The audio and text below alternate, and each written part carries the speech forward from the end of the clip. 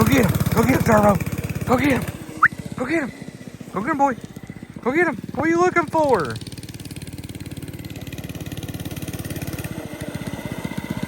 Hey, Bubby, I'm gonna go in the garage and work, okay? Love you. Come on, boy. Hey, welcome back. So as you can see, you're gonna know what that noise is. That noise is landing out there. Got a few things I want to do today. Start by putting the valve covers back on. I'm gonna get this front clip off, get the truck straightened up in here. I'm gonna get the doors off, and I'm gonna try to figure a way to be able to go between the fiberglass doors and the metal doors and do that quickly. So I'm gonna try to show you when I start figuring things out what I'm gonna try to do there.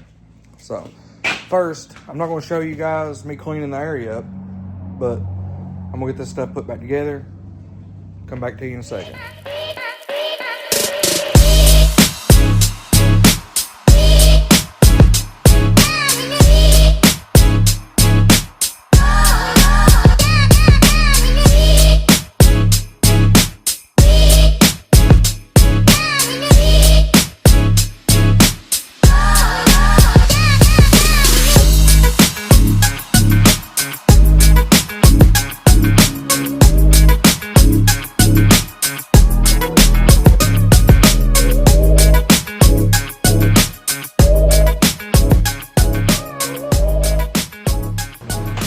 Well, now I've got the truck sitting straight in the garage. I'm gonna get this front clip off. I'm gonna show you what I gotta do to take that off. So I have a bolt here and here that takes the wiper cowl loose from the top of the fender. There's a bolt in there. There's one bolt there and one wire over there for the headlights, and I'll be able to set the whole front clip off. That way I can get to the door pins. Should be pretty easy by myself. Okay, got the front clip off of it, and the way I was wanting to do it would have been to hang it on the top of that hinge, cut that pin, weld the pin in there, cut the bottom off of it, and not have to worry about none of the bottom on that. And the same here. My issue is this measurement from there and there, which is, see if I can do this one-handed.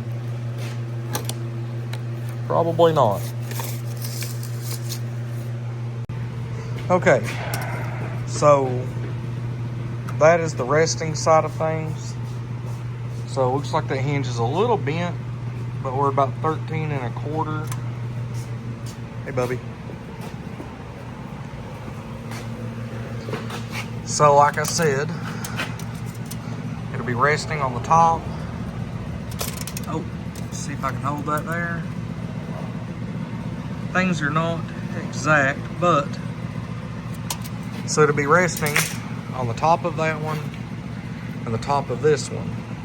But I can't do that with the metal doors, so I'll have to turn this pin upside down, let it stick out of the top. That way it'll look like this. I'll weld it, and then I'll have to cut that part off of the metal door. And then I'll have to take what's left of that pin, bring it from the bottom up, and have me a little spot for the metal door to fit.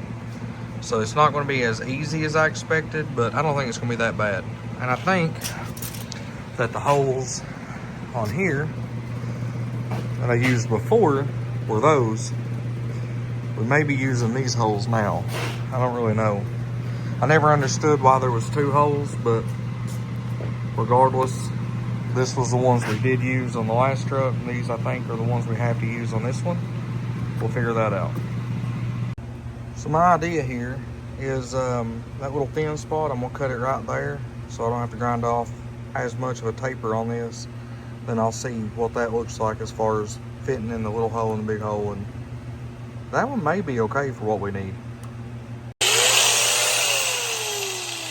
I almost forgot my safety squints.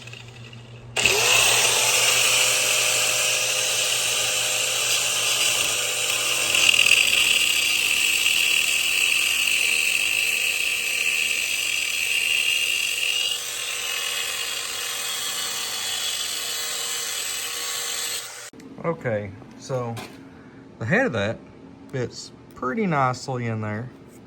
I'm gonna attempt to weld here, and then I'll go ahead and knock the rest of them out, and then I'll come back and show you. Remember that time when I really said I wasn't a body man, but I got the door back together? I also have it on. I had to do a little bit of tweaking to the hinge. Had to do a little tweaking to the door striker and the little lock mechanism, but we got it in there and it does shut very well. And now I'm going to show you what I don't like. So obviously all this was missing, but you know, I had to rebuild all that all the way up in here, and the whole door actually separated. The front and the back half were completely apart. If you looked at the pictures on Facebook, you'll seen that. But here's what I don't like.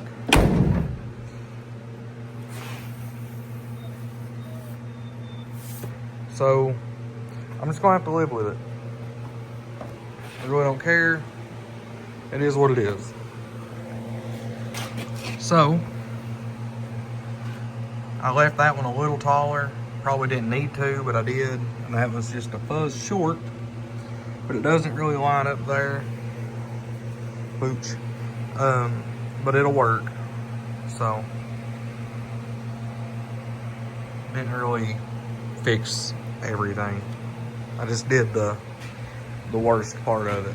Now, I'm not going to show you doing the other side because this is a very long process. It's actually been like an hour and a half just doing what I've done. Ain't nobody wants to watch the whole process, but just like movie magic, within the next 10 minutes, I was able to have the other door back on. So check this out.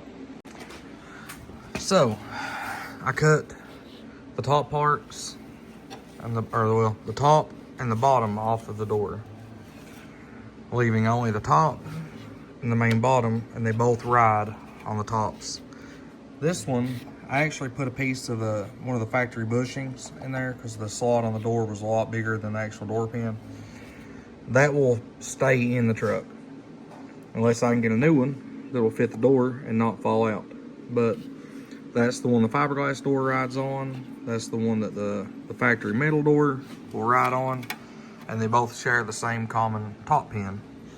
I can still get to all my fender bolts, get the front end on and off, super easy. I was actually able, when I put this one on, to not have to do anything. It just fit like a glove, kind of like it was on the truck before.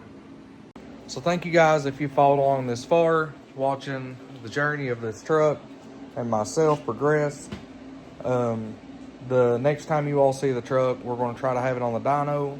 Brad wants to go over the tune, clean the tune up. There's a lot of stuff he wants to fix and address. And if you guys want to watch that, comment, message me, whatever. Tell me what you want to see of him on the dyno. Everybody wants to see a dyno number, but that's not what that day will be for, unless I have a way with it. Brad wants to go through there and do a lot of tune related stuff that he does just to make drivability a lot better. But I need to get some more methanol. We may do a big power pull if you guys want to see that. If y'all want to see the nitty gritty of what he's doing with the truck and learn what the truck does per pound of boost, maybe. If you want to do that, comment, let me know what you want to see, and I'll show you what you want to see. I don't care to let you know what the truck makes. I don't care if you know what the motor is. It's a rod and piston 5.3, good fuel, and a 92mm turbo, non-intercooled, stock 243 heads, stock crank, stock mains, LS1 oil pan. I use junk oil. I need to get some good oil for it, but it's a work in progress. I would like to have good stuff, but that's what I've got for now. With that being said, comment, let me know what you think. See you guys on the next video. I'm out.